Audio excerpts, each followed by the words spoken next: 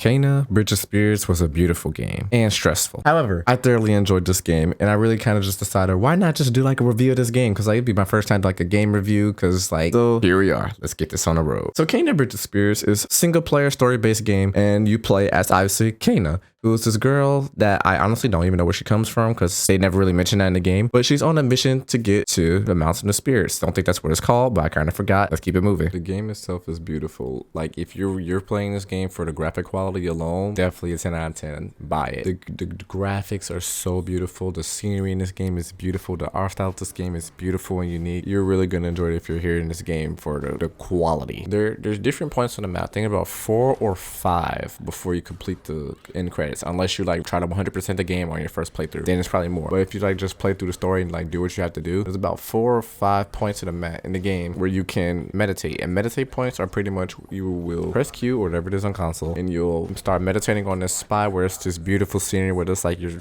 on a cliff or like in the middle of a forest. It's just so beautiful. However, meditating is actually beneficial to the game because when you meditate, you actually gain max health. Like your max health goes up, and it's amazing. You typically get them after boss fights or things like that, and it's really useful. Because if you try to go the game without using those meditate points, you're probably gonna struggle.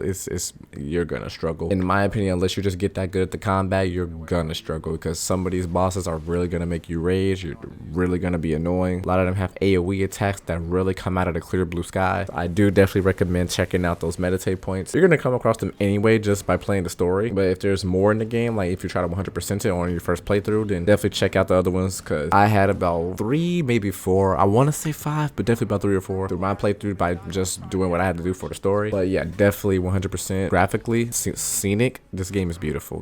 Go 100%. You're gonna love it. Gameplay wise, the gameplay in this game is amazing. The game's combat is so fun. Like I wasn't expecting the combat to be what it was, honestly. When I first saw this game being the trailer for the PlayStation 5, I was like, okay, I'm gonna get this game. It looks pretty decent, but it definitely surpassed my expectations, especially in the combat. The combat in this game is amazing. It's so fun. Like you have the parry system, which in my opinion was kind of annoying on PC. I don't know how it might be on console, but the parry system was really fun. It was really nice to use when I did use it. The dodge system's not bad. However, some bosses or just enemies in general are going to be annoying because they seems like they have aimbot if you dodge too early, so it kind of just hits you anyway. Is really annoying. You gotta really time your dodges in this game, and I kind of like that. Kind of raises the skill cap a little bit, but it was something to get used to, especially because I still died a lot because of it. But aside from the parrying system and the dodge system, the literal fighting is fun because you have the bow that you unlock early into the story, and then you have the different abilities you unlock with your rot, and the rot abilities are really good. Like at some point, the infused bomb, the rot infused bomb, you throw it, and whether you shoot it or you just wait for it to detonate on its own, when it explodes, it's going to be this freeze time field pretty much. And the game says slow time, but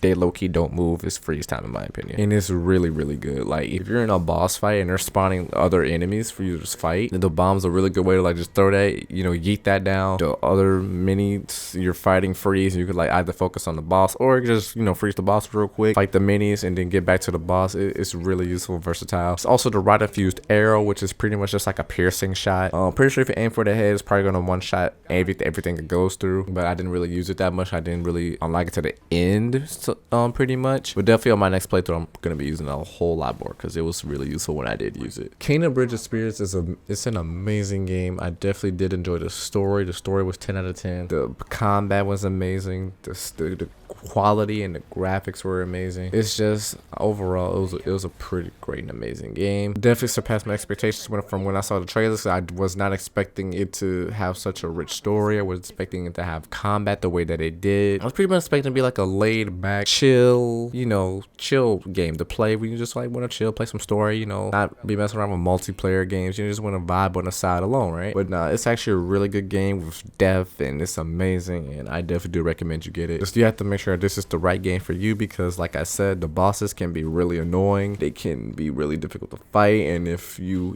die, the boss is 1 HP, and you gotta restart the whole fight from full HP. Is really rage inducing, especially with a lot of like the quote unquote final bosses. But overall, it's definitely a great game. Definitely do recommend you buy it. Whether you play it on PC, cop it on I think it might be on Steam, but you could get it on Steam, Epic Games if you're on console. Obviously get it on PlayStation Store, the Xbox Store, and like I said, it's definitely worth buying. So if you guys enjoyed this video, go and hit that like button if you you want to see more, hit the subscribe. Just thought I'd keep this short and sweet because I don't want to make it too long. The game's pretty good. That's all I really got to say for it. If you have any questions, don't be afraid to comment down below. I'm down to answer any questions. If you do want to catch me playing this game, you can catch me live on Twitch at www.twitch.tv/frozen_playss with 2 S's. And yeah, thank you guys for watching. Really enjoyed the video. Like, follow, subscribe, and I'll see you guys next time. Peace out, everybody. It's your boy, Frozen. You will be eliminated.